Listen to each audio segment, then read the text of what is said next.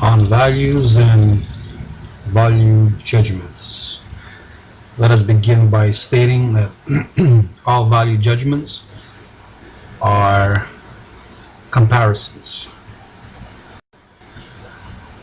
For instance, when I say somebody is taller or bigger, I'm comparing one unity with another unity, or one unity with my conception of a average.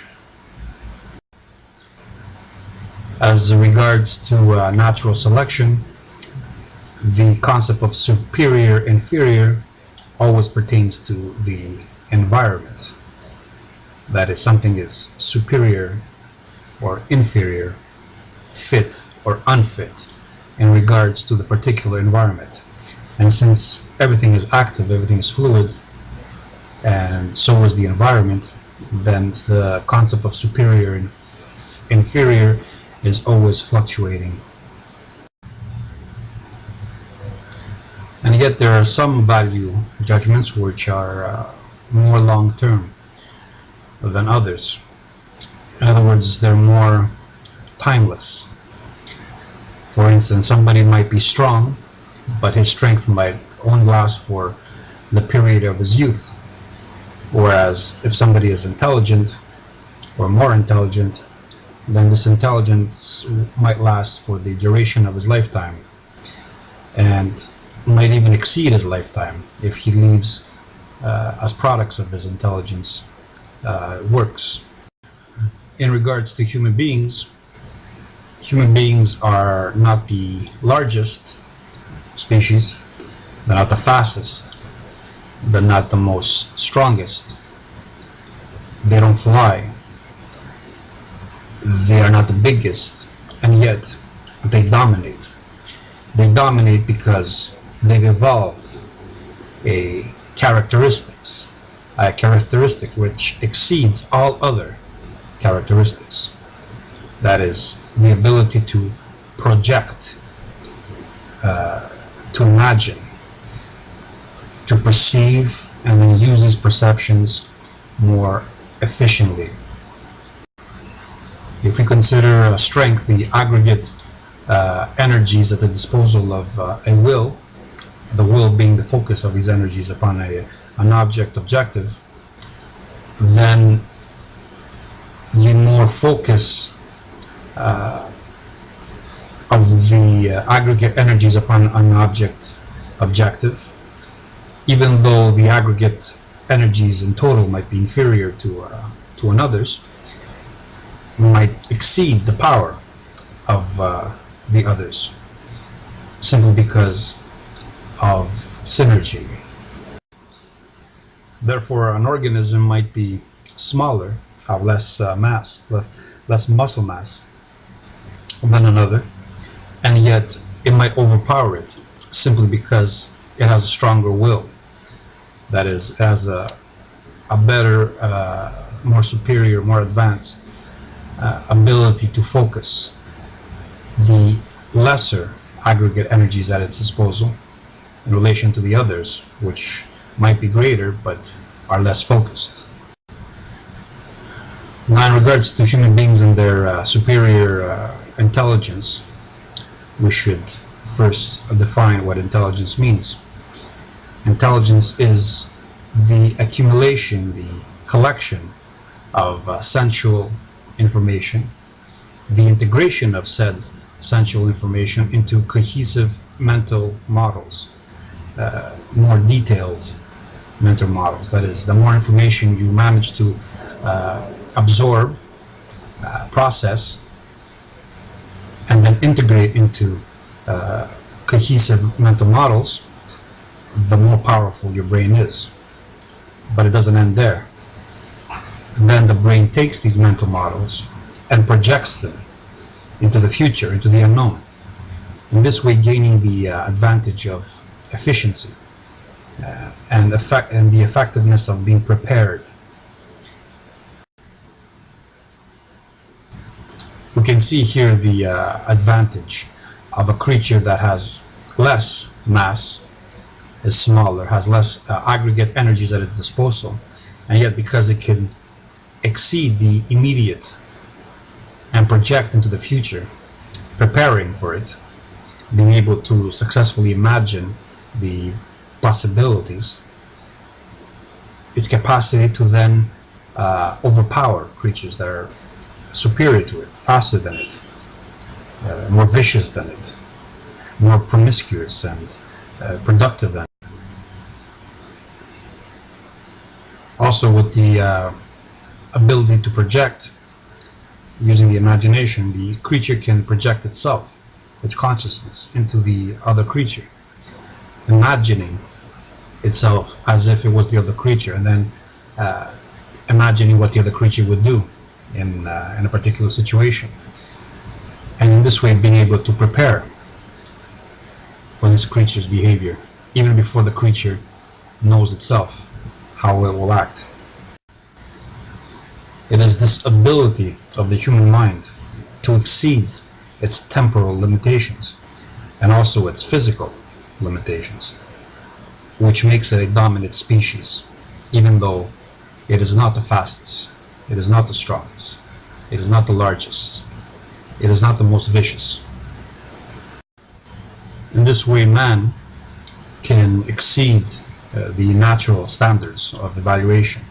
That is, whereas in nature, superiority and inferiority are determined by fitness, that is the capacity to pass on one's genes. And with a human being, it's not about quantity, it's about quality. That is, even though it can produce less offspring than almost any other species, except a few, it is still more fit because its offspring have a higher potential of survival and a higher potential of being dominant over all other species. We also see here the difference between quantity and quality as being a temporal one, that is, one measured by temporality. That is, quantity is that which exceeds quality in its temporal effectiveness and its ability to resist temporal decay. For instance, a superior intellect will produce works of art, works of thought, which are more timeless. That is, they hold true for longer periods of time, whereas a superficial, a inferior mind might produce works of art or works of thought, intellectual work, but this work will be more constrained by time. That is, it will dissipate. And we see now the difference also in this difference in our own culture, where we see works of art being produced, and then the next year they are forgotten, replaced by other works of art, let's say music, and they become like a flavor of the month. In other words, their quality is so low that they have no capacity to endure and be classical. In other words, to be timeless. Quantity is about timelessness. It's measured by its capacity to endure the frictions of time. In other words, quality is measured by its ability to exceed its genetic limitations. And in this regard, human beings are superior to other creatures. But we shouldn't stop there. There's also differences within the species. Just as not all lions are equally strong or equally fast, more so because intelligence is so fickle and sensitive. No human beings are ever equal in the one area where it matters. That is, whereas some might be bigger, stronger, faster, very few could be more intelligent, more aware, more conscious, more timeless in their capacity to perceive patterns, project these patterns effectively and efficiently and successfully, so as to not lose time pursuing goals that are unfeasible, unproductive, or that go against the individual's welfare. If we take intelligence as the one characteristic that defines what it is to be human, then we can only conclude that not all Homo sapiens are equally human. That is, not all of them have the same capacity to think beyond the immediate, to think beyond their genetic limitations, to think in a more timeless fashion. An added factor, and an equally important one, besides the capacity to perceive, that is sensual acuity, the capacity to project, that is imagination, is the capacity to endure what is perceived without having emotion, hope, fear intervene in the projections. In this way, mutating them, corrupting them, so that they become self-serving and flattering, but unsuccessful, because they are not driven with a clarity, but they are clouded by emotion, that is, by the immediacy of what the mind most wants to be true. So courage, along with analytical ability and imagination, are the three factors that we call intelligence. And it is this intelligence which differentiates man from all other creatures. This is what makes man able to exceed himself, to take himself out of the equation, to be more objective than beasts, and this way gaining an advantage over them. It is also this capacity which makes some humans dominate over others, exceed others, make some races dominate over others, exceed them, surpass them, be their superior. So in conclusion, let me just reiterate that when we're talking about any value judgment, whether we're talking about strength, power, intelligence, speed, we're always talking about a comparison between one and another, or one and a group of others, or their average. There is no such thing as an absolute. Therefore, when we say something is strong, we're not saying that it is omnipotent. When we're saying somebody is knowledgeable, we're not saying that he's omniscient. Only a Christian deluded mind would fall for such childishness. We're always talking about comparisons. When we say a lion is powerful, we're not saying that it's omnipotent. We're saying that in comparison to other creatures, it is powerful. When we're saying a building is tall, we're not saying it's infinitely so.